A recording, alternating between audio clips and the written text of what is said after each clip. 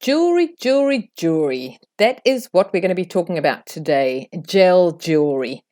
Just taking your nail enhancement skills and taking them to a completely new level, doing something you haven't done before.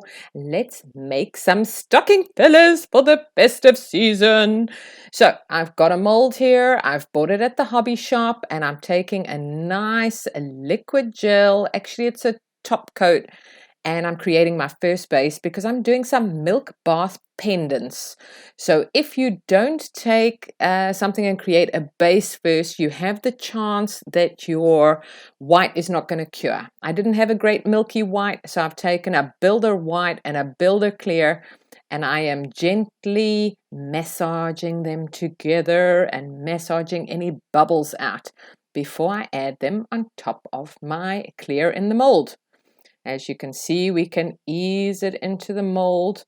Try not to create any bubbles, so work more with again, massaging movement to get it completely into the corners of the mold and everywhere you need it to be.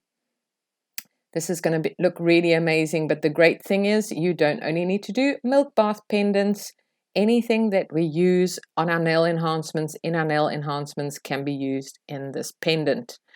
Even it out, get a great even surface, don't cure it, and then we can start adding our dried flowers. Put in whatever you want. You've got a little bit of weed or whatever you want to add in there, go for it, girls.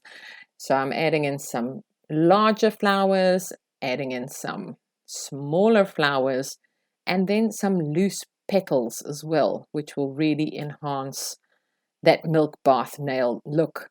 So as I said earlier, you could really be using anything. This could be really great pendant with marble design. You can insert some rhinestones in there. You can incorporate some crystal pixie in there. Anything you want. The sky's the limit. So as I continue making a selection of the loose petals to go in, I still haven't cured at this stage.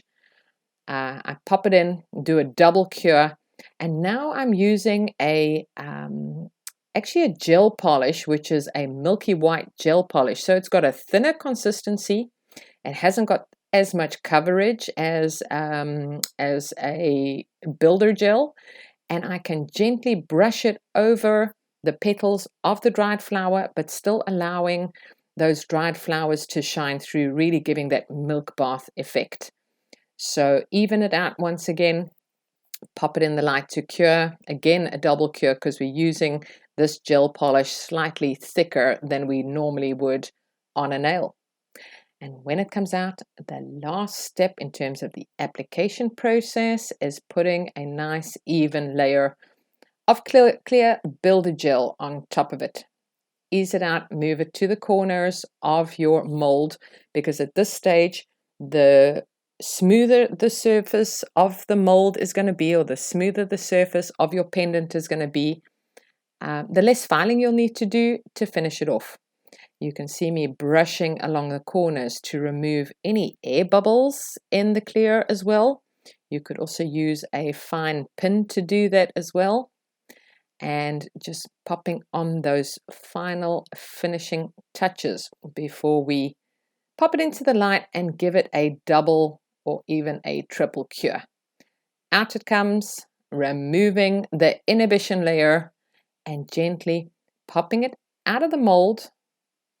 There we go.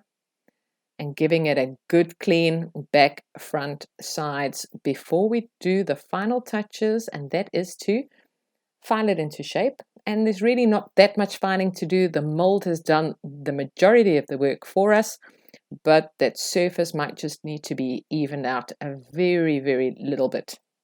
I'm taking a 180 grid file here, quickly along the sides and then touching up the top of it before I apply my high shine top to it.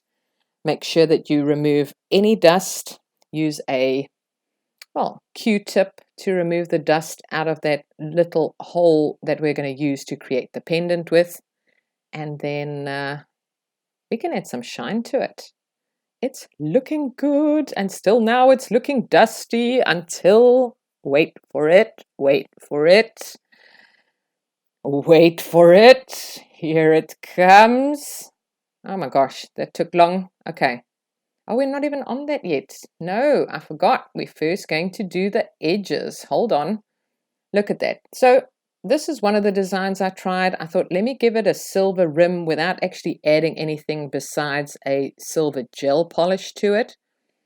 So rim it in silver, cure that layer, do a second layer if necessary, and then you want to finish that off completely with a high shine top coat.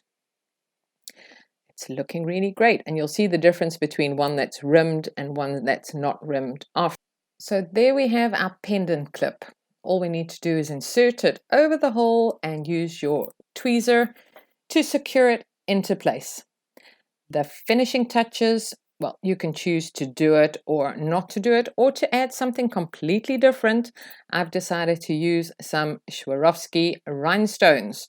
So in order to secure them into place, I'm putting down a bead of gel on the corners and then going in with my dotting tool to pop 3 into place before completely finishing it with some silver bullion. Look at that. So again, this is an extra step. It's not something that you have to do. You could use some chain to finish it off. You could use some other kind of embellishments, some silver embellishments, or if you prefer gold. You could also finish it off with some spider gel. That could also create a really, really great effect. When I'm applying the silver bullions, I am securing them into place with a bit of builder gel. So there is the gel. I'm going to pick up the silver bullion, roll it in the gel, and pop them into place. And I find that this secures them so much better than just popping them into the gel on the nail plate or on your pendant. So make somebody very happy this festive season. Give them a stocking filler. Let it be a ring. Let it be a pendant. This is something so personal and so you, and all made with nail products. Have fun. Let's see what you come up with. Feel free to tag me at Tracy Lee Nails. Thanks guys for watching. Ciao for now.